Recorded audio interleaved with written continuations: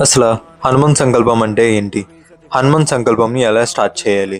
ఈ సంకల్పం చేయడం వల్ల లైఫ్‌లో ఎలాంటి చేంజెస్ వస్తాయి? హనుమంత్ సంకల్పంని హనుమంత్ సాధన అని కూడా అంటారు. హనుమంత్ సంకల్పం అన్నది 11 డేస్, 21 డేస్ లేదా 41 డేస్ చేయొచ్చు. హనుమంత్ సంకల్పం ట్యూస్‌డేస్ మాత్రమే స్టార్ట్ చేయాలి. దీనిని ఎలా స్టార్ట్ చేయాలంటే ప్రతిరోజు మార్నింగ్ 4 కల్లా నిద్ర లేచి బ్రహ్మ ముహూర్తంలో అతనికి పూజ స్టార్ట్ చేయాలి. 11 టైమ్స్ హనుమాన్ చాలీసా చదవాలి. హనుమంతుడికి ఫ్రూట్స్‌ని ప్రసాదం కింద పెట్టి పూజ అయ్యాక ఆ ఫ్రూట్స్‌ని మీరు ప్రసాదంగా తీసుకోవాలి. 11 టైమ్స్ హనుమాన్ చాలీసాని ఎందుకు చదవాలంటే మనం డైరెక్ట్‌గా హనుమంతుడిని పిలుస్తున్నట్టు. హనుమంత్ సంకల్పం చేసిన వాళ్ళకి ఎలాంటి కష్టాలున్నా, బాధలున్నా, నరదిష్టి ఉన్నా, ఆరోగ్య సమస్యలున్నా అదేమైనా సరే అతనింకా ఏ కష్టాన్ని మీ దగ్గరికి రానివ్వకుండా చూసుకుంటారు.